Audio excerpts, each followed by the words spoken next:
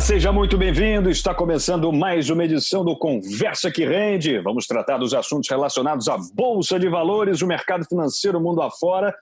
Tivemos uma semana bastante agitada, né? Ainda com o pano de fundo da Selic a 2%, apagão em Nova York, infelizmente a Bovespa caindo mais uma vez, o dólar disparando somente nesta última sexta-feira, mais de 2,5%, enfim. Assunto é o que não falta para os nossos debatedores.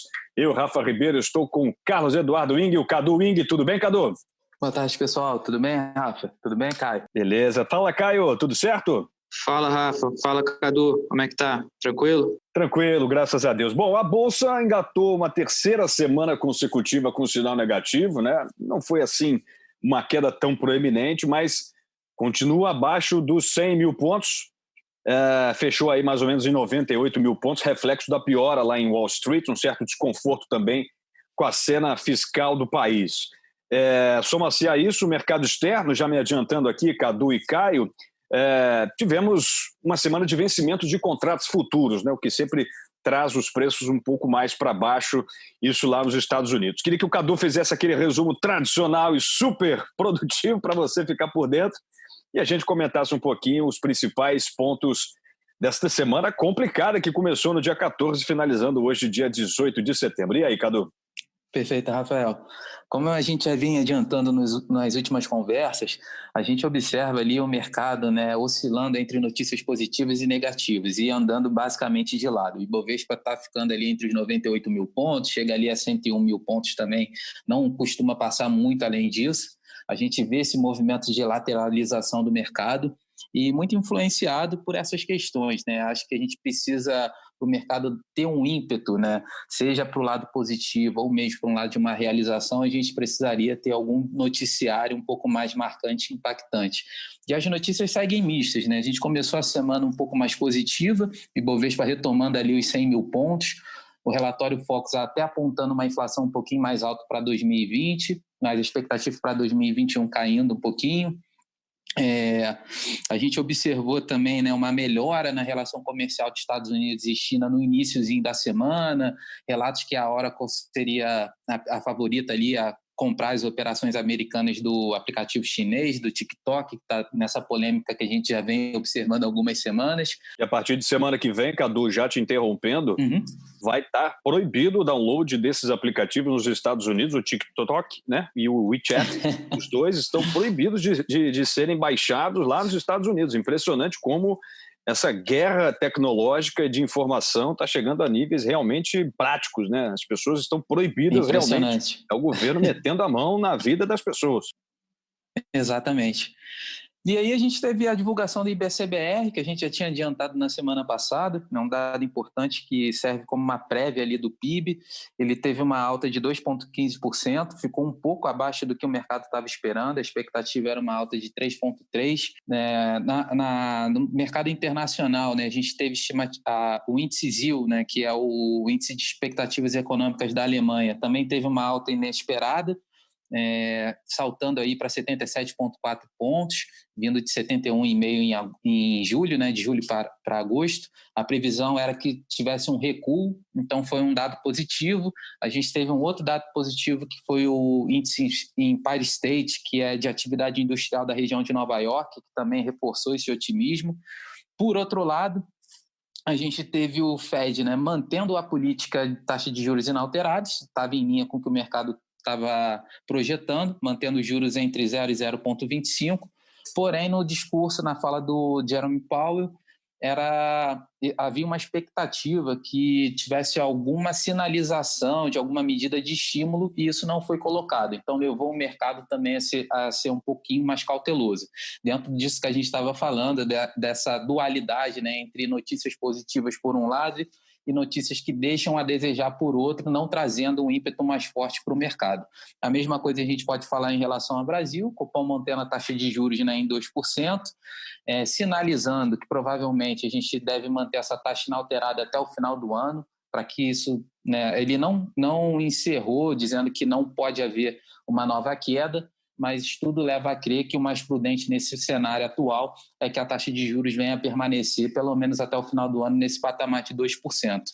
No Japão e Inglaterra também mantiveram as taxas inalteradas, também não fizeram nenhum anúncio de estímulo, e mais para o final da semana, né? No início da semana a gente teve uma expectativa um pouquinho melhor com o anúncio, né, do laboratório, da AstraZeneca, retomando os estudos em relação à vacina. O Trump chegou a fazer um discurso que poderia sair uma vacina para os americanos nas próximas semanas, e mais para o final da semana existe uma preocupação maior com o número de casos que vem aumentando novamente, então o mercado também começa a olhar com preocupação para uma possível segunda onda do Covid e um impacto que isso pode trazer para os mercados. Então esse basicamente foi o cenário que a gente acompanhou aí durante essa semana. No Brasil ainda segue um impasse político em relação principalmente a medidas de continuidade dos auxílios que estão sendo dados, o programa Renda Brasil, né, que foi deixado de lado, que tipo de estímulo vai ser trabalhado mais à frente. Houve crítica do Bolsonaro a algumas medidas que foram propostas pela equipe econômica. Então, um pouco mais de tudo aquilo que a gente já vinha vendo e provavelmente vai continuar acontecendo nas próximas semanas. Bacana. Bom, Caio, tivemos uma semana em que o dólar parecia se inclinar para uma tendência de queda, né? Mas somente hoje 2,89% de alta, perdão, 2,83% de alta, Bovespa que caiu 1,89%, e acabou trazendo a cotação para um patamar de alta de quase 1%, 0,83%. Até que ponto tem a ver com essas incertezas do mercado interno brasileiro, né? Tivemos uma quarta-feira muito agitada, com taxas de juros, terça-feira Bolsonaro dando cartão vermelho para a equipe econômica, aí o Fed acabou permanecendo com a taxa de juros em 0,25%, mas sinalizando meta de inflação acima de 2%. Como é que você viu a movimentação do dólar na semana, Caio? Rafa, o dólar, a gente até comentou isso no último podcast que eu participei, o dólar ele vinha numa tendência de queda, na verdade, mas não de fortalecimento do real, mas de fraqueza do dólar, né, de enfraquecimento do mundo dólar afora, né? Positivo. E aí ele chegou a bater, ele saiu lá da casa dos 5,50, 5,40, chegou a bater 5,20, se eu não me engano, na quarta-feira ou na quinta-feira de manhã. E aí ontem e hoje é que parece que ele reverteu um pouco aí essa tendência. Não sei se é porque ele bateu no 5,20 e o mercado achou que era um preço justo para o momento, ou se foi uma questão de risco, como você falou. Então a gente teve algumas coisas que corroboraram uma opinião e a outra. A gente teve na quinta-feira a questão ontem, né, do Renda Brasil, do Paulo Guedes. A gente teve também a questão dos juros, da taxa de juros nossa aí dos Estados Unidos.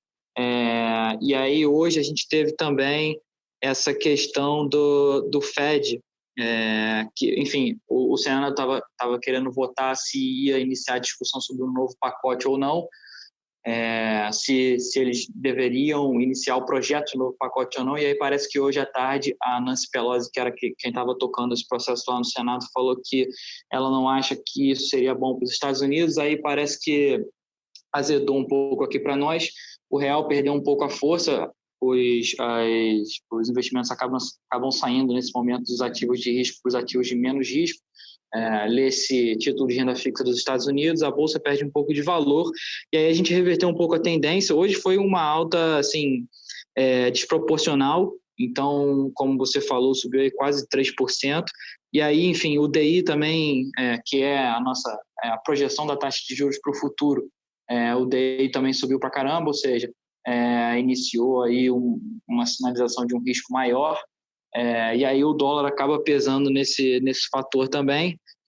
Então, assim, é como se ele tivesse revertido aí uma tendência, ou pelo menos iniciado uma nova tendência depois dessas 2 semanas de queda. O que se resume, né, de todos esses movimentos, não só das taxas DI futuro, mas também do dólar subindo, e para corroborar também essa alta do dólar, o ouro, né, subiu 0,77 na semana, a onça Troy. É um cenário de sinalização de mau humor externo, né? Há uma certa preocupação no ar. E o discurso do Jerome Powell acabou impactando mais do que a manutenção da taxa de juros americana entre 0 e 0,25, né? Eu acho que foi o tom sóbrio, trazendo o mercado e as perspectivas econômicas americanas um pouco mais para a realidade, que fizeram com que até um ganho ali pré-Fed, que aconteceu de segunda a quarta, 3 da tarde aqui no Brasil, acabou derrubando as bolsas, né? E as bolsas, eu digo, o mercado lá fora, e claro que isso se reflete aqui dentro, né? E as tecnológicas, sobretudo, estão sofrendo um pouco mais, né? Porque tiveram uma alta expressiva, né? Rompendo topos históricos, então há uma realização grande em relação às ações tecnológicas lá nos Estados Unidos, isso se reflete no mercado aqui. O Caio comentou em relação à desvalorização da moeda americana, desde o dia 15 de setembro, quando o dólar, eu vou falar do índice DXY, o DXY, né, que é o índice dólar, ele bateu em 100, ele nesse momento está em 93 e caiu 7,30%, né, para você ver como há um processo de desvalorização da moeda americana mundo afora. Tem um ponto interessante, provavelmente as pessoas já perceberam isso, mas antigamente o dólar seguia muito uma correlação com o euro, né? Então o euro subia, o dólar subia, o euro caía, o dólar caía. Nesse momento a Europa ganhou muito mais relevância como um lugar safe haven, né? Um lugar risk-off. E aí o euro começou a ganhar muita força, inclusive se discute isso bastante nos Estados Unidos, né, que é a paridade dólar-euro, e aí para a gente aqui, muitas vezes você pega dias em que o euro está subindo 1% e o dólar está caindo 1%, ou vice-versa. Então, a gente consegue ver que é um movimento de desvalorização do dólar e não um movimento de valorização do real. A gente consegue ver isso bastante nesse indicador e em alguns outros também, né? como você mesmo já falou. Agora, a questão das variações, eu queria pontuar, assim, muita gente se assusta quando entra no mercado e, enfim, investe nas coisas numa movimentação como o dia de hoje, mas, assim, todo dia a Bolsa toca uma música diferente, ou é uma música risk-on, ou seja, as pessoas querem assumir risco, ou uma música risk-off, ou seja, as pessoas não querem assumir risco. E aí isso dita o movimento do dia. Então, assim, a gente tem que sempre procurar por notícias estruturais, como que está indo o emprego ou desemprego, como que está indo a inflação. E para quem investe no longo prazo, para quem faz esse tipo de investimento, é muito mais importante do que pegar esses movimentos mais, assim, que são muitos fatores juntos e muitos fatores difíceis de se ler dentro de um dia, né? Então, para as pessoas que estão querendo investir, que estão querendo fazer esse tipo de seguir esse caminho, para elas buscarem informações que são informações estruturais. Para mim, faz muito mais sentido. Perfeito. Cadu, agora eu queria comentar um pouquinho... Bom, falando sobre essa questão da taxa de juros, né? Porque mexe muito com o humor do mercado pensando lá na frente. E só para você ter uma ideia do tamanho do risco fiscal, esse é o principal assunto que eu quero trazer. Dá uma olhada como isso reflete nitidamente como os investidores estão pessimistas com o atual momento da política econômica do governo. A curva curta, né, de janeiro de 2022 subiu 2,82 para 2,87. Agora dá uma olhada na taxa de janeiro de 2027. Pulou de 7,01 para 7,29, né? Ou seja, uma alta aí de quase 0,3, assim, é uma alta expressiva. Cadu, é o investidor pensando que vai ser difícil o governo manter os gastos controlados, o teto de gasto, o risco fiscal, tudo isso está sendo precificado nesse DI tão alto com essa subida repentina hoje? Perfeitamente, Rafael. É exatamente isso. Em outros podcasts eu já havia comentado que quando a gente olha para a curva de juros do Brasil, a gente está com a maior inclinação histórica. Então, isso é reflexo, né? Até para explicar de uma maneira um pouco mais clara, né? O que é essa curva de juros? Basicamente, o mercado ele trada ali, né, contratos futuros de juros. Então, o nível dessas taxas vai ser o nível de equilíbrio, né? Tem oferta e demanda, o pessoal comprando e vendendo ali os contratos, e basicamente o preço que ele fica definido, né, que é a taxa de juros, seria a precificação, né, no caso desse mercado, ele define exatamente o que o mercado está projetando lá na frente, de qual nível essa taxa de juros vai estar. E o que leva a taxa de juros a ter um nível mais elevado? Por um ponto, a gente tem um indicador que é mais direto, né? É mais intuitivo, que é a inflação. Uma expectativa de inflação mais elevada ela pode conduzir a um juros mais elevado, porque a política de juros ela é utilizada para você fazer esse controle da taxa inflacionária. A gente tem um regime de metas de inflação. Freando o consumo, né? Exatamente, perfeitamente. O outro lado, ele vai estar diretamente atrelado à parte fiscal. Por quê? A partir do momento que você aumenta o nível de endividamento, a gente está caminhando aí para mais ou menos 100% do PIB em dívida, que é um nível histórico, automaticamente o governo ele precisa se refinanciar, né, para que eu consiga arcar com todos os meus gastos, com a máquina pública, com todos os compromissos que eu tenho, eu preciso ter recurso. Só tem duas formas de você ter recurso. Uma é você aumentar a arrecadação, é você ter mais receita, né, ou você aumentar o endividamento, pegar mais dinheiro emprestado para você conseguir pagar suas contas. E a partir do momento que a gente observa esse impasse, existe também as medidas que foram tomadas, né? Por exemplo, a reforma da Previdência, que teve um impacto, né, muito importante para a projeção do endividamento público. A gente teve medidas que não eram esperadas, que foi o auxílio emergencial, que foi muito importante, mas que também elevou o gasto a níveis que não estavam previstos. Se gastou nos primeiros 5 meses na faixa aí de 254 bilhões de reais. Para esse auxílio que vai ser estendido até o final do ano, se projeta aí mais 90 bilhões de reais que vão ser gastos. Existe a discussão, né, sobre outros auxílios que venham a ser adotados. A reforma tributária está muito aquém daquilo que o mercado estava esperando. Na realidade, o que era importante da reforma tributária é que você simplificasse o sistema de maneira geral, e o que se está colocando é até um aumento de tributo e não tanto a simplificação. Então, ela vai ficar bem limitada. A reforma administrativa está um pouco melhor nesse sentido. E o que o mercado começa a projetar é o seguinte: a trajetória que a gente observa do Brasil e a dúvida em relação se você vai olhar de uma maneira um pouco mais técnica para a questão da dívida pública, ou se você vai deixar isso levar para o lado um pouco mais, vamos botar assim, como populista, tá? Porque basicamente o que a gente observou é que também essas políticas de incentivo automaticamente elas se refletem na popularidade do governo.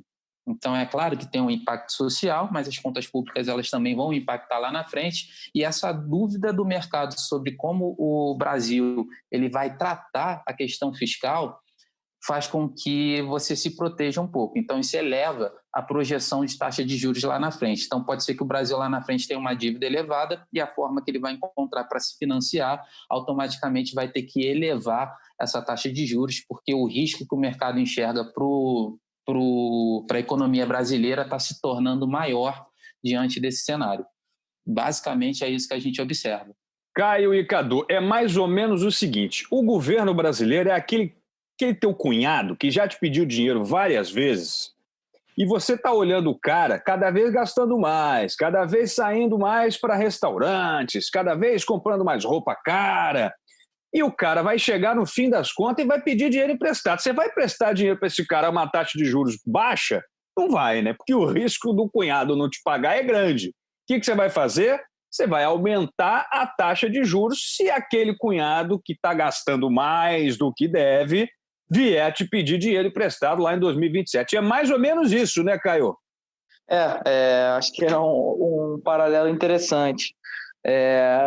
Assume-se um risco de crédito, né? Como o Cadu falou, e aí projeta esse risco de crédito lá para frente para o governo que não está organizado, né? Como no caso do cunhado, você acaba subindo a sua taxa de juros. Tem também um ponto um outro ponto nesse aumento de valor, que é assim, alguns estudos mostram que demora um tempo até o movimento da taxa de juros refletir na inflação, seja para cima ou seja para baixo. Então, assim, não é uma coisa instantânea, não é porque você jogou a taxa de juros de 2 para 1 que imediatamente vai começar a inflação, até porque os movimentos na economia real acontecem com o tempo.